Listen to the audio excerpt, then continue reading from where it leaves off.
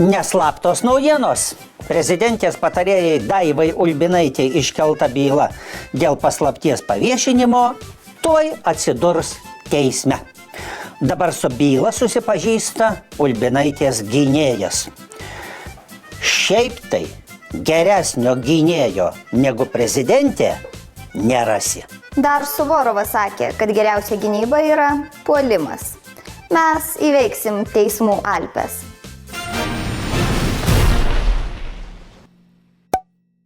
Turiu kažką pikto pasakyti apie Rusiją, kuri paleido Romanovą. Jūs nieko nepainiojat. Aš skaičiau, kad Valančiūną pagavo girtą prie vairo, bet irgi paleido. Kažkokia paleistuvystės diena.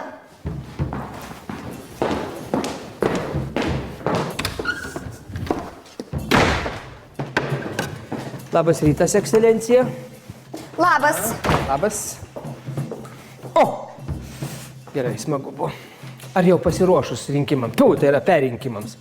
Gerai, Valatka parašė, kad taip jis parašė Snieguolė ir 6 nykštukai. Bet aš dabar galvoju, kad gaila, kad Vaigauskas neleido Balsiui kandidatuoti, tai būtų Snieguolė ir 7 nykštukai. Prasme, kaip pasakoju visai. Na, aš turiu omeny, kad jūs tai didelė tokio, tie nykštukai tokie, kad tokie prieš jūs nykštukėliai, kaip skusdėliukai. Kam tokiam galėjo leisti kandidatuoti? Balsiuigi.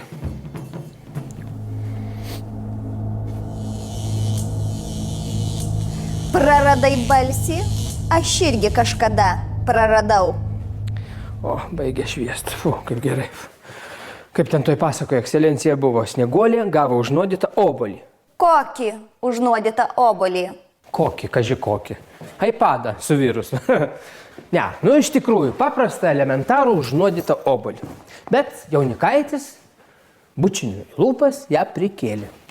Jaunikaitis į lūpas? Ir apskritai, jeigu aš atsikaiščiau užnuodyto obuolio, tai obuolys užmigtų, o ne aš.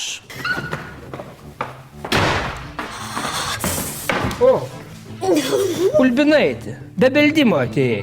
Tu gi mėgsti pabelst. Na, čia toks humorą, sakiau, ne jokiai. Prezidentė, mano byla dėl slaptos pažymos nutekinimo atiduodama teismui. Man reikia gynėjo. Tai susiras gynėją ir eik į teismą. Skambink Sviderskiui, Liutvinskui, galų gale Liudvikai Meškauskaitei, jeigu nori, solidžiai, kad atrodytum. Jūs mano geriausia gynėja. Šitoje istorijoje vienintelė jūs mane gynėte. Nekvietė. O, juk tikrai. Jei gyniau tave prieš žurnalistus, kodėl negalėčiau ginti ir teisme? O, tai gal klausykit, parepetuojam visi 3.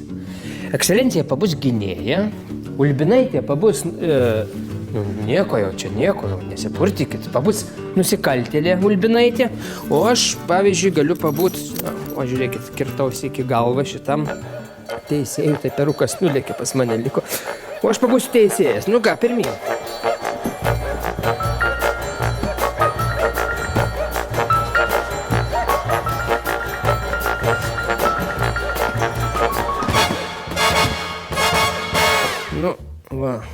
Tvarkelė, atrodo. Ką, panelytės, pradėsim. Taigi, pradedame nagrinėti panelės, tai yra pilietės Ulbinaitės slaptos pažymos nutekinimo bylą. Ne? Teisingai sakau?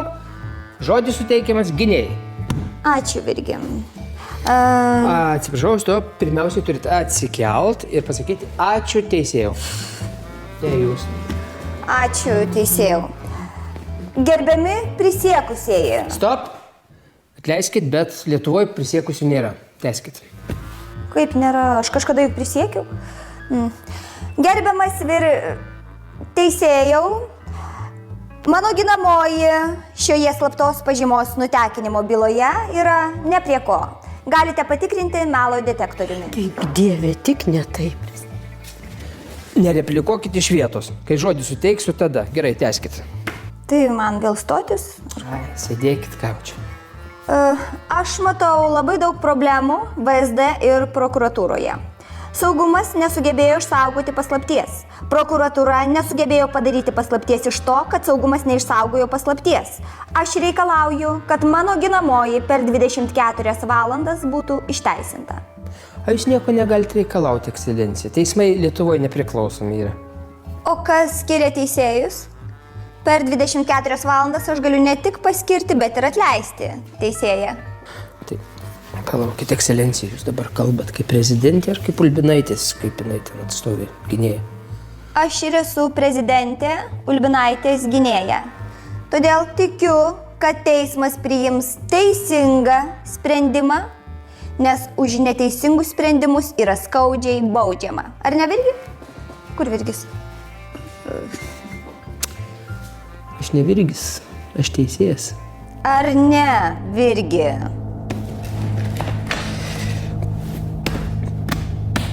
Taip. Teismo verdiktas.